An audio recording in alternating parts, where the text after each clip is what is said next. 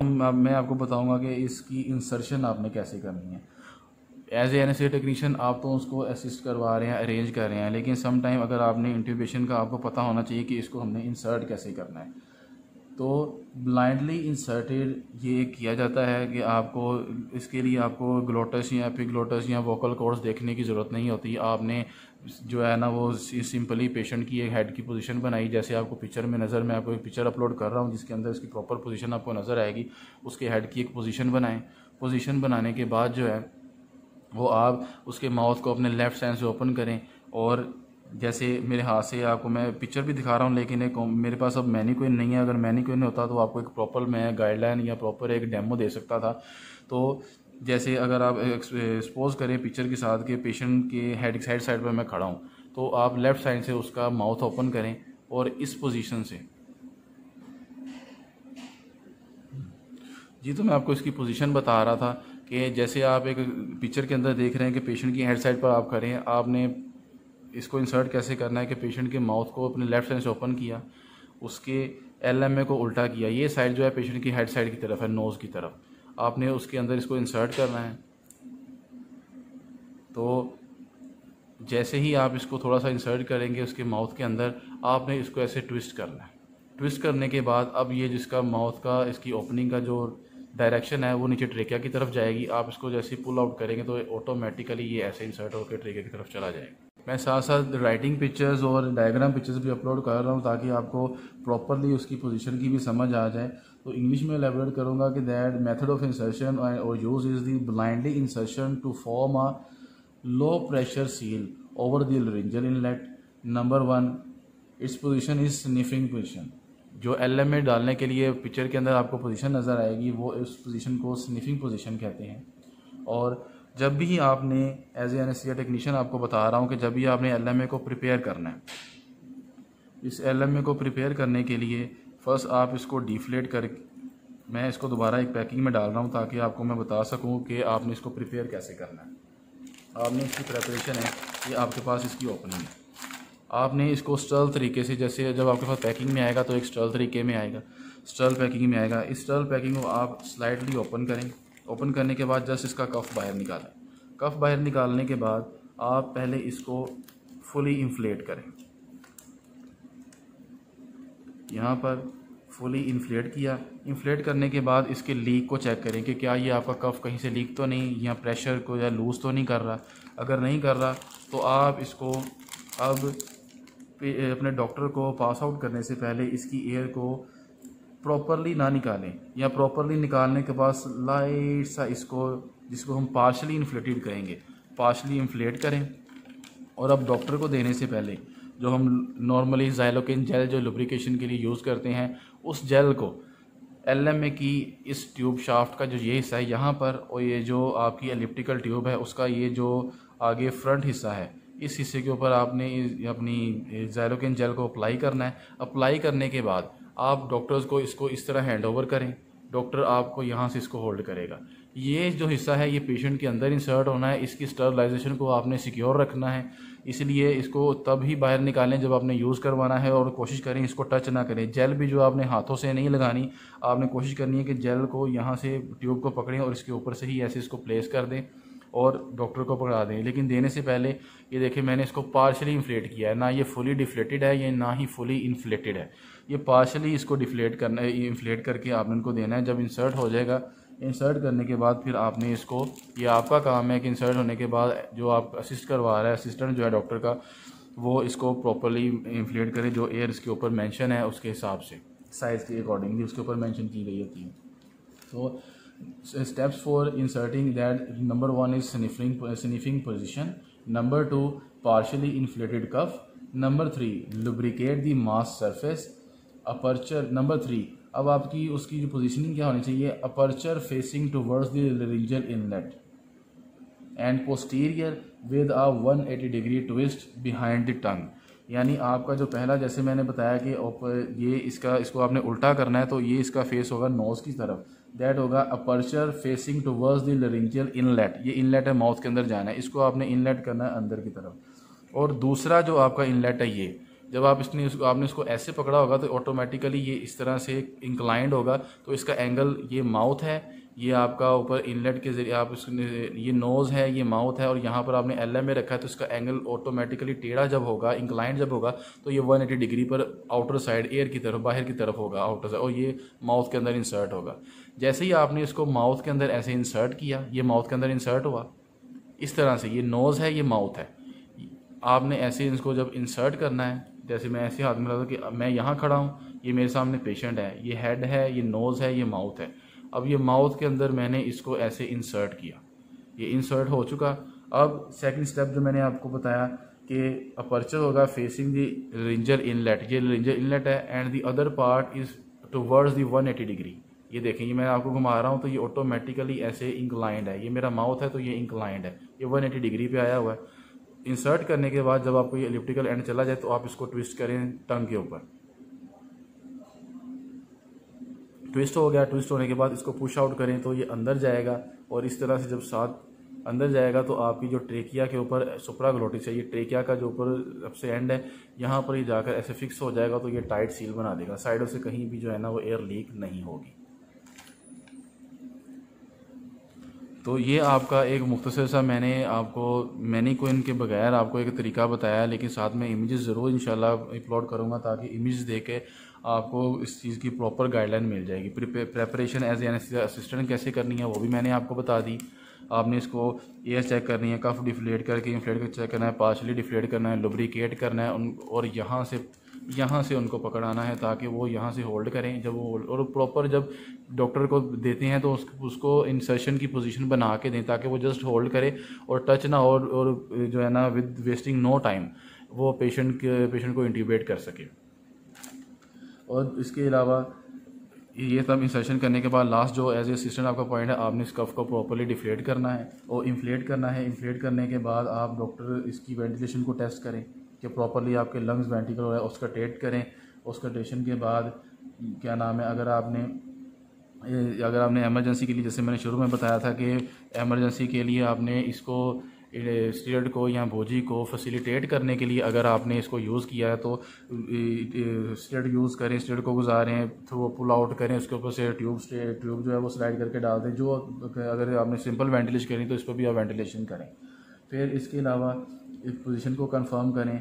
आप जब भी इंट्यूबेट करें, आपकी डिवाइस जो है, जो आपने ब्रीदिंग सर्किट इसके साथ अटैच करना है ट्यूब के साथ, जब भी मैकेनिकल वेंटिलेशन करें, आपका कैप्नोग्राफ जो CO2 कार्बन डाइऑक्साइड की वैल्यूज़ को आपको मुहैया करके बताता है, वो आपके पास सबसे रैपिड, सबसे ज़्यादा जो है ना वो कंफर्मेटरी जो है वो सोर्स होता है इस कंफर्मेशन का कि आपने प्रॉपरली वेंटिलेटिंग ट्यूब जो है वो प्लेस किया, इंट्यूबेट किया है पेशेंट को या नहीं किया। ऑस्कल्टेशन करें स्टेथोस्कोप के साथ और यहाँ अपने डॉक्टर को प्रोवाइड करें, वो ऑस्कल्टेशन करें, कंफर्म करें, उसकी पोजीशन सेलेक्ट करें। फिर उसके बाद आप इसको स्टिकिंग के ज़रिए, टेप के ज़रिए, नीची बैंड जो भी आपके पास है या बाइंडर जो है उसके ज़रिए आप इसको फिक्स करें प्रॉपर पोजीशन पे, उस पोजीशन को नोट करें। फिर उसके बाद जो है अपनी जैसे इंसर्ट करेंगे CO2 की वैल्यू से आपको कंफर्मेशन हो जाएगी। कैप्नोग्राफ हमेशा अपना रेडी रखें। फिर अब इसके बाद है कुछ कॉन्ट्रा इंडिकेशंस कि किन किस्म, जैसे मैंने शुरू में बताया ना, इसके अलावा जो शॉर्ट सर्जरीज होती हैं जिसके अंदर जो छोटी टर्म की इंट्यूबेशन या प्रॉपर GA देने के लिए आपको इन चीज़ों को LMA का यूज़ कहाँ पे होता है। उसके साथ ये भी है कि जब आपकी शॉर्ट सर्जरीज हो रही हैं, शॉर्ट सर्जरीज के अंदर आप जो है वो LMA का यूज़ करते हैं, या ऐसी सर्जरीज जिनके अंदर आपने पेशेंट की पोजीशन को सुपाइन रखना है। आपने पेशेंट को जो है ना किसी भी तरफ टिल्ट नहीं करना, प्रॉन नहीं करना, लैटरल नहीं करना, कुछ भी नहीं करना, सिर्फ उसको स्पाइन रखना है। क्योंकि जैसे मैंने आपको बताया कि endotracheal tube inside the trachea होती है तो वो उसके डिस्प्लेस होने के चांसेस जो है ना वो बहुत कम होते हैं। लेकिन जो LMA जो होता है वो ट्रेकिया के अंदर नहीं होता, वो सिर्फ सुप्राग्लोटिस एरिया के अंदर ट्रेकिया के ऊपर, एपिग्लोटिस के ऊपर पड़ा होता है। इसलिए जब आप पेशेंट को लेटरल करेंगे या स्पेशली प्रॉन करेंगे तो उसकी डिसलोकेशन के चांसेस बहुत ज़्यादा होते हैं, आपकी वेंटिलेशन डिस्टर्ब होगी, पेशेंट डीऑक्सीजनेट हो सकता है। तो इसलिए ऐसी शॉर्ट सर्जरीज या ऐसी सर्जरी जिसके अंदर पेशेंट ने सिर्फ सुपाइन रहना है, ऐसे के अंदर LMA की जाती है। उसके अलावा एमरजेंसी यूज़ मैंने आपको बताया, स्टीलट और बोजी को गाइडलाइन या फैसिलिटेट करने के लिए, ब्रोंकोस्कोपी फैसिलिटेशन के लिए, इन चीज़ों के लिए जो है ना LMA को यूज़ किया जाता है। अब आगे हैं इसकी कॉन्ट्रा इंडिकेशन। कॉन्ट्रा इंडिकेशन है कि ऐसी, जो कि इसका साइज़ है, इसका साइज़ बड़ा है, इसलिए अगर आपके पास कोई ऐसा पेशेंट है जिसकी माउथ ओपनिंग जो है ना वो बहुत पुअर है, प्रॉपरली नहीं हो सकती, आप तो ऐसे में आप ट्राई करेंगे तो उसके माउथ में इंजरी आ सकती है, उसमें ब्लीडिंग कर सकता है फोर्सफुली इंसर्ट करने से। यहाँ पर कफ जो है वो डालते हुए टीथ के साथ, या माउथ जो है वो बहुत ही नैरो एंडिंग है, टीथ के साथ इसकी फ्रिक्शन होगा तो ये लीक हो सकता है। इस तरह के माउथ के अंदर यहाँ पोटेंशियल फेरिंजियल या लरिंजियल पैथोलॉजी का कोई मसला हो, पुअर पल्मोनरी कंप्लाइंस हो, जो पल्मोनरी कंप्लाइंस है अगर वो पुअर है तो ऐसी कंडीशन में कॉन्ट्रा इंडिकेशन है इसके लिए, एलएमए के लिए। या जो रेजिस्टेंस है एयरवे ट्रैक्ट के अंदर वो बहुत ही हाई है, इतनी हाई है कि आप प्रॉपरली एयरवे को, एलएमए को मैनेज नहीं कर सकते, तो ऐसी कंडीशन के अंदर जो है ना वो डिफ़िकल्टी होती है। फिर इसके अलावा ऐसी माउथ ओपनिंग जो है जो रिस्ट्रिक्टेड है, आपको रिस्ट्रिक्शन पैदा कर रही है एलएमए को उसके अंदर इंसर्ट करने के लिए, किसी भी, या इसके अलावा किसी भी तरह की ऑब्स्ट्रक्शन है, या उसका एयरवे, जो एक्सीडेंटल केसेस होते हैं डिफरेंट किस्म के, उनके अंदर जो आपका जो एयरवे है वो इंजर्ड है, डिस्टॉर्टेड है, ऑब्स्ट्रक्टेड है, कि आप प्रॉपरली, आपका एयरवे क्लीन ही नहीं है कि आप माउथ से लेकर ट्रेकिया तक इसको प्रॉपरली इसको स्पेस मिल सके। फिर इसके अलावा सी स्पाइन या स्टिफ लंग्स के जो पेशेंट होते हैं उनके अंदर ये कॉन्ट्रा इंडिकेटेड होता है। ये कुछ जो है ना वो हाईलाइटेड सी कॉन्ट्रा इंडिकेशंस थी जो मैंने आपके सामने रखी। अब इसकी कॉम्प्लिकेशंस भी कुछ होती हैं। कॉम्प्लिकेशंस क्या क्या हो सकती हैं कि जब आप एक एलएमए यूज़ कर रहे हैं, कॉम्प्लिकेशंस में ये हो सकता है कि इंग्लिश में मैं साथ साथ एलेबोरेट कर रहा हूँ, जैसे मैंने अभी जो लास्ट बताया उसको मैं एक दफ़ा इंग्लिश में बोलूँगा कि एलएमए जो होता है वो what are the contraindications of LMA. Number 1 poor mouth opening, number 2 potential pharyngeal laryngeal pathology, number 3 poor pulmonary compliance, number 4 high airway resistance, number 5 restricted mouth opening, obstruction, destroyed airway or stiff lungs or C-spine. These are some contraindications, highlighted contraindications that we can face during the LMA insertion or LMA intubation. And the next point is complications. Number 1 complication is that inability to achieve a seal and ventilate can be assisted by a dipping and the level of anesthesia inserting under direct vision with a laryngoscope, potentially or partially inflated the cuff, flexing the lower spine with the chin lift. वही position जो मैंने आपको बताई है कि जो उसकी sniffing position होती है कि आपने चिन को अप करें, हेड को डाउन करें और लोअर एंड जो है 180 डिग्री पर रखें, और जो उसका एलिप्टिकल है, एलिप्टिकल एयर जो है ये वाला, इसको माउथ के साथ, माउथ की तरफ ऐसे उल्टा लेके जाएं और लेंजोस्कोप के ज़रिए अपना माउथ ओपन करें या हाथ के ज़रिए करें। Number 2 the regurgitation and aspiration, patient की सांस जो है एस्पायरेशन है या रीगर्गिटेशन की सिचुएशन है, ये उसकी कॉम्प्लिकेशन हो सकती है। जैसे सम टाइम हम एलएमए डालते हैं तो सांस के साथ उसकी अजीब सी आवाज़ आ रही होती है, गड़गड़ाहट की, रीगर्गिटेशन जिसको हम बोलते हैं। आसान आवाज़ में हम गड़गड़ाहट की आवाज़ बोल सकते हैं, अजीब सा साउंड आ रहा था, ये कॉम्प्लिकेशंस के अंदर कि प्रॉपरली जो एलएमए आपका प्लेस नहीं हुआ। तो अपने, अगर ऐसी सिचुएशन हो तो अपने एलएमए को रीएडजस्ट करें। Number 3 partial airway obstruction that mask misplacement, यानी एयरवे ऑब्स्ट्रक्शन जो है वो आपके मास्क के प्रॉपरली प्लेस नहीं हो सका, जिसकी वजह से आपका एयरवे जो ऑब्स्ट्रक्टेड है या प्रॉपरली जो है ना इन्फ्लेट नहीं हो रहा, उसकी सैचुरेशन जो है ना वो डाउन होने से या उसकी एयर लीक होने से आपको पता चल जाएगा। नंबर 2 ये जो आपकी शाफ्ट है, चूँकि ये बहुत ही सॉफ्ट होती है, फ्लेक्सिबल होती है, तो सम टाइम ये किंक भी हो सकती है, इस चीज़ का भी आपने ख्याल रखना है। फिर दूसरी बात मेल पोजीशन, यानी पोजीशन का प्रॉपर ना होना, जैसे मेल फंक्शन होता है, ये मेल पोजीशन यानी आपकी पोजीशन प्रॉपर नहीं है, एक्यूरेट नहीं है, उसके अंदर कोई ख़राबी है। डिसलॉजमेंट, यानी जो आपने एलएमए डाला है वो डिसलोकेट है, प्रॉपरली जो है ना अपनी जगह पर प्लेस नहीं हुआ। And next point is there laryngospasm, patient जो लिरिंजोस्पैज्म में चला जा सकता है, उसको कफ हो सकती है।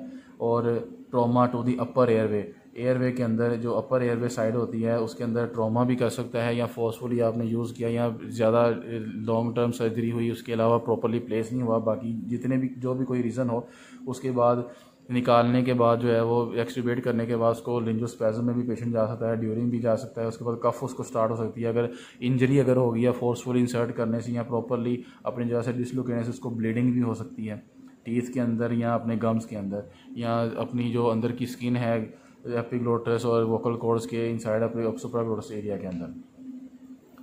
और लास्ट के अंदर सम 1-2 पॉइंट्स मैं और आपके सामने रखूँगा कि इसके एडवांटेजेस क्या हैं। इसके एडवांटेजेस में सबसे पहला एडवांटेज है वो ये है कि ये एक रैपिड आपको प्रोटेक्शन प्रोवाइड करता है एयरवे को सिक्योर करने के लिए। फिर और टेक्निकली आपने देखा कि जो मैंने इसकी आपको सारी प्रॉपर्टीज़ बताई हैं, ये टेक्निकली बहुत ही ईजियर है इंसर्ट करने के लिए as compare to ETT endotracheal tube. तो कुछ इसके मॉडल्स हैं, जैसे मैंने बताया इसका फ्लोसील मॉडल है, उसके अंदर एक गैस्ट्रिक सक्शन की ट्यूब भी होती है। तो these are some advantages that number 1 है provide the rapid protection airway in the field, technically easier to insert than ETT. Some models provide a gastric port. Now, as we discussed that there are some indication and contraindication, as similar there are some advantages and disadvantages. So some disadvantages can be you face that no definitive airway protection and patency, and number 2 is difficult ventilation if high airway pressure. यानी आपने जैसे मैंने शुरू में बोला कि हम इसको जब मैंने आपको इसको इंसर्शन का तरीका बताया when I was discussing about the insertion method of LMA, then there was a point that we use LMA to create a low pressure seal. एक लो प्रेशर सील बनाने के लिए एयरवे को सिक्योर करने के लिए रखते हैं। तो ऐसी वेंटिलेशन जिसके अंदर आपने वेंटिलेशन प्रेशर जो है ना वो बहुत हाई रखा है, तो हाई लेवल वेंटिलेशन के अंदर ये आपको कॉन्ट्रा इंडिकेटेड या आपको ये डिफ़िकल्टी देगा कि प्रॉपर वेंटिलेशन होगी या लीकेज हो जाएगा या प्रॉपरली एयर इंस्पायरेशन एक्सपायरेशन में कुछ मसला हो जाएगा। तो ये एडवांटेजेस जो है डिसएडवांटेज जो है ना वो आपको मिल सकता है। तो वीडियो 30 मिनट्स से अबव जा चुकी है, लेकिन मेरी कोशिश ये थी कि मैं ट्रेनिंग स्टूडेंट्स के लिए इनको जितना ज़्यादा डिटेल्ड कर सकता हूँ करूँ। मैं इंशाल्लाह एडिटिंग में साथ साथ जो है ना वो ये जो भी मैंने इंग्लिश में एलेबोरेट किया मैं उसके इमेजेस और स्निफिंग पोजीशंस उसकी इंसर्टिंग पोजीशन के इमेजेस जो है ना वो इसके अंदर इंसर्ट करूँगा, ताकि आपको ये सेम वीडियोस में सिर्फ LMA ही नज़र आ रहा है लेकिन साथ साथ वो भी आपको नज़र आता रहेगा। और इसके अंदर अगर कोई चीज़ छूट गई हो या कोई चीज़ मैंने गलत बयान की हो तो काइंडली मुझे ज़रूर गाइड कीजिएगा, मैं उसकी करेक्शन करूँ।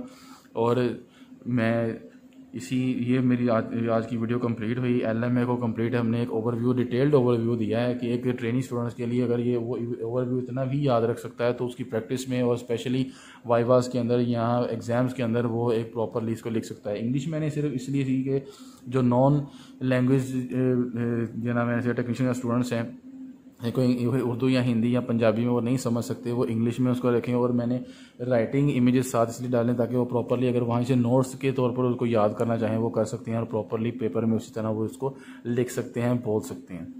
तो इसी के साथ मैं वीडियो को ख़त्म करता हूँ। काइंडली वीडियोस को लाइक शेयर और कमेंट ज़रूर कीजिएगा, सब्सक्राइब कीजिएगा, सपोर्ट कीजिएगा, ताकि मैं जिस मकसद के लिए इस चैनल को बनाया मैं उस मकसद को आगे बढ़ा सकूँ। सपोर्टिंग से मुझे ज़्यादा से ज़्यादा चीज़ों को अवेलेबल करने की, उनको इन चीज़ों को ज़्यादा से ज़्यादा अच्छे तरीके के वीडियोस के अंदर उन चीज़ों को दिखाने की, उनको एलेबोरेट करने की, उनको डिटेल्ड आपके सामने ओरिजिनली पेश करने की, उनके बारे में अच्छी इन्फॉर्मेशन आने में मुझे आसानी होगी चीज़ों को अवेलेबल करने में। तो आप सबसे मैं अब इजाज़त चाहूँगा। अस्सलाम वालेकुम।